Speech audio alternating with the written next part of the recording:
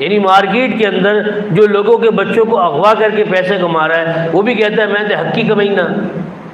میں تو یہ پچھلے دنوں کسی دوست نے بتایا کہ کچھ لوگ ایسا کرتے ہیں کہ بچوں کو اغوا کر لیتے ہیں، پھر گھر والوں کو فون کر کے پھر ان سے پیسے لیتے ہیں.